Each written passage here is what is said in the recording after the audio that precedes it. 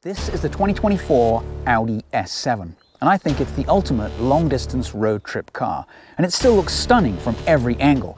It's also extremely rewarding to drive, has a luxurious cabin, and to top it off, it's a hatchback. So today I'm going to test it and see how good it is.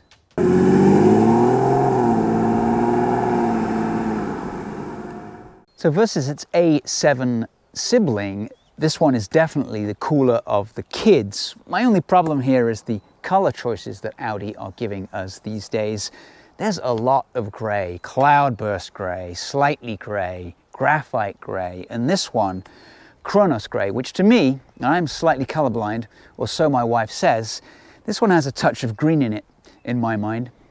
So I actually only drove the 2023 version of this car about 3 months ago, but Audi said they had this sitting around collecting dust and wanted me to drive it. So what exactly is new for 2024? So at the front you get a slightly redesigned bumper and a redesigned, more aggressive honeycomb grille, Audi 4 rings here, S badge, and some cool LED headlights. So at the back you get a slightly redesigned rear bumper, 4 tailpipes at the back, an S7 badge so everybody knows what you're driving, and then a very subtle rear spoiler that deploys above a certain speed. So as part of the Black Optic Package, you get these new 21-inch cool-looking alloy wheels, and you get bigger brakes, bigger calipers, bigger rotors versus the A7. Bad news is Audi's put these summer Bridgestone Turanzas on. I hate Bridgestones, as you know, so that is a problem, but whatever. So no real changes under the hood. You've got a 2.9 litre V6. It features 2 turbochargers. They're augmented by an electric supercharger called EPC, that's electric powered compressor. Basically, it's an electric motor with a small turbine that helps quickly build the turbo boost pressure, sharpening throttle response and reducing any noticeable turbo lag. And it works. The entire EPC system adds just 10 kilos or 22 pounds to the vehicle's overall weight and reduces response time to less than 250 milliseconds. So the twin-turbo V6 sends 444 horsepower, 443 foot-pounds of torque through an 8-speed conventional automatic transmission. 0 to 60 takes around 4.5 seconds, according to Audi. We're going to test it later on and see if we can do better. And of course, the S7 also gets air suspension. So those additional components that I mentioned earlier have added some weight. This car is approximately 4,623 pounds. Good news is the 2024 S7 achieves better fuel economy than its nearest rival, which is the BMW 850i Grand Coupe. This will do 19 miles around town and 26 on the highway. Well, certainly one of the best features of this car over any of its rivals, or indeed its own S6 sibling, is that it has a hatchback. So even though the roof is sloping, it still offers 24.7 cubic feet of space. Now this one has these all-weather mats. Underneath there is no spare wheel. These are run flats, a little bit of space right there in that net. Obviously you would remove that to put the seats down, and then putting the seats down is a cinch. Quick lever here. And another one here. You get all this space. Not the flattest load floor, but it's a ton of space for this car.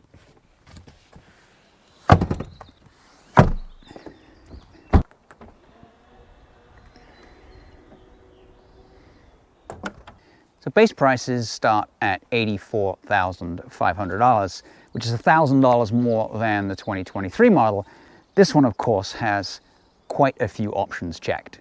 So that Prestige package gets you this acoustic glass on all 3 of the front windows. You also get adaptive cruise control and a head-up display and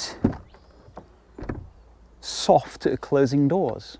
You also get traffic light recognition, remote park assist, heated rear seats, an LED lighting package for the interior, and a wireless charger for your phone. So the Prestige package does include the Bang & Olufsen sound system, but there's an upgraded version on this car, which is the 3D Bang & Olufsen sound system, and that'll cost you a whopping, even eye-watering $4,900. Up front you get these Valcona super soft leather seats and massage function, heated and cooled. That'll cost you another $1,850. Add all that together and you'll get a total of $101,000, $425. That's a lot. Plenty of room in the back. These Valcona leather seats are very nice. You get your own little control panel for your HVAC. Bit of a limited headroom due to the sloping roof, but that's okay.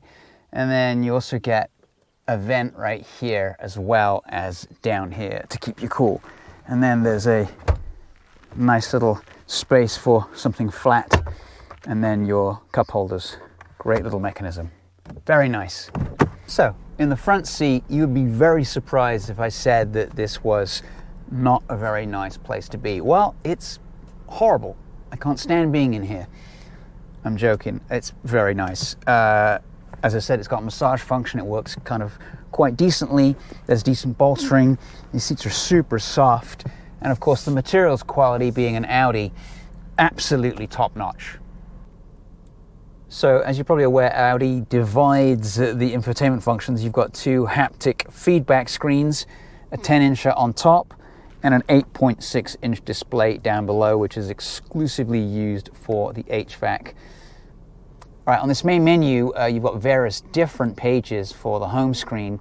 This is where you can log in as an Audi user. You can activate Google Talkback, smartphone interface, and then discover new apps on the store. I don't need any of that right now.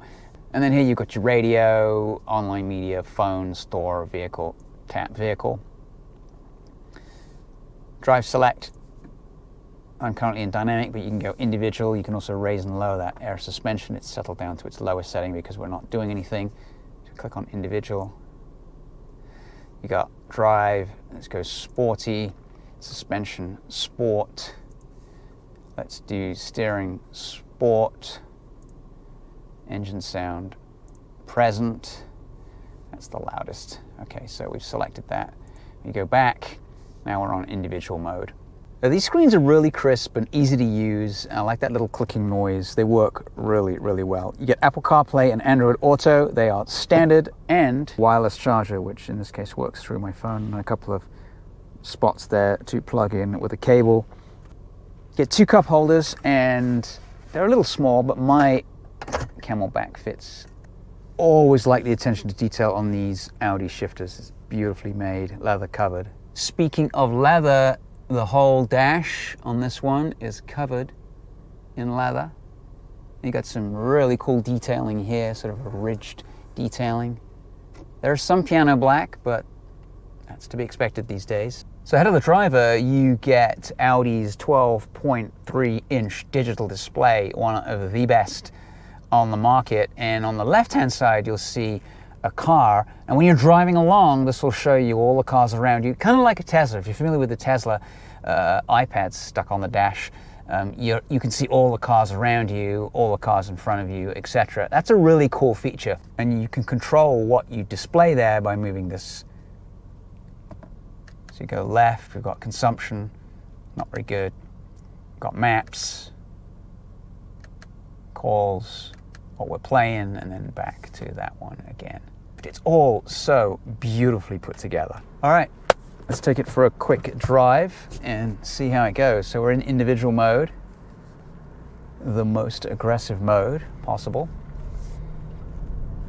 And let's get going. So even with the suspension in the most aggressive mode, it's not super hard. The steering's not super heavy. Leave that to the RS7. This is much more of a Grand Tourer. So very smooth. Of course, that twin turbo 6 augmented by that electric compressor provides almost instantaneous torque from very low RPMs, which is nice. The thing pulls like a train with all the torque that it's got. The thing is, though, I miss the V8 in the older model before this one was updated in 2020. That V8 was magnificent. Such a shame. You got to splash out the extra money for the RS7 to get a twin turbo V8 in this car. Foot down, gain speed, hood lifts. Wow. This is quick.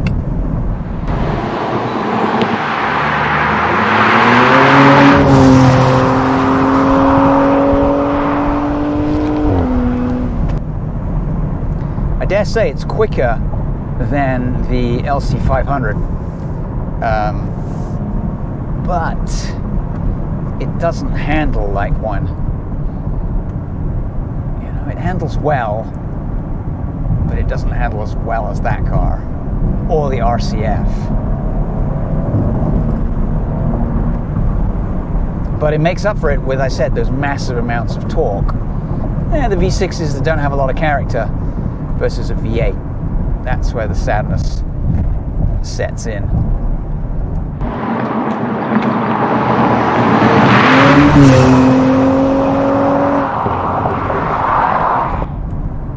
But it's handling these twisties pretty well. Some body roll, you can feel a little bit of the rear kicking a little bit, and then the traction control kicks in to sort it out.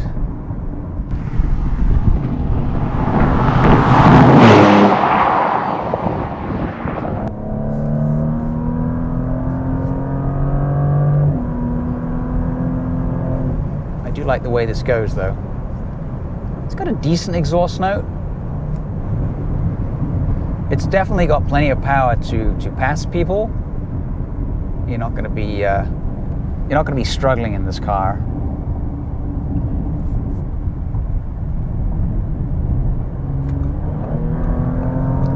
Just like that.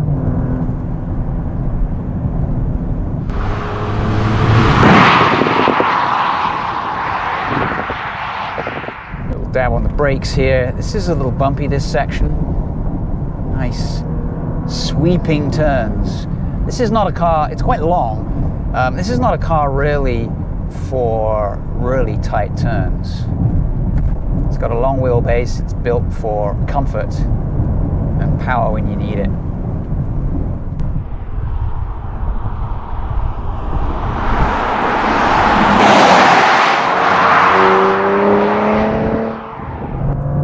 Power out. Looks like it redlines just short of 7,000 RPM. That's pretty impressive for a turbocharged engine. But so far, zero turbo lag. Stick your foot down and it goes. A little bit smoother pavement right here.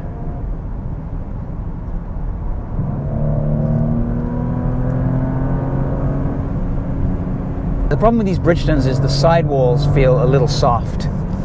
And that's not what you need on a car that you need to corner quickly. But it certainly goes fast in a straight line.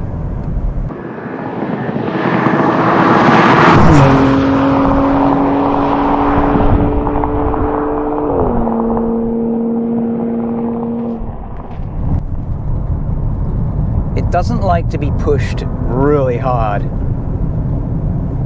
which is kind of what I'm doing right now. Okay, hard on the gas up this hill.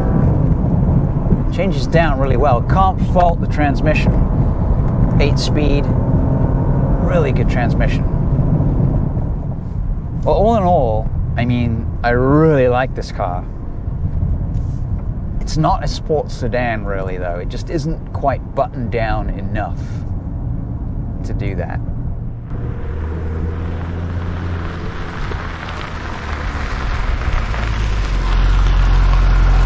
So what do we think? Well, if you're looking for a car with a ton of technology, a ton of luxury that will glide you down the road, but at the same time give you a swift kick in the pants when you need some acceleration, then this 2024 Audi S7 might be on your list. True, there are some competition, rivals, etc. that are quicker than this car, but none of them, in my opinion, are quite as complete as this S7. Once again, thanks for watching. We appreciate it. Like, subscribe, and we'll catch you next time with another video. Out.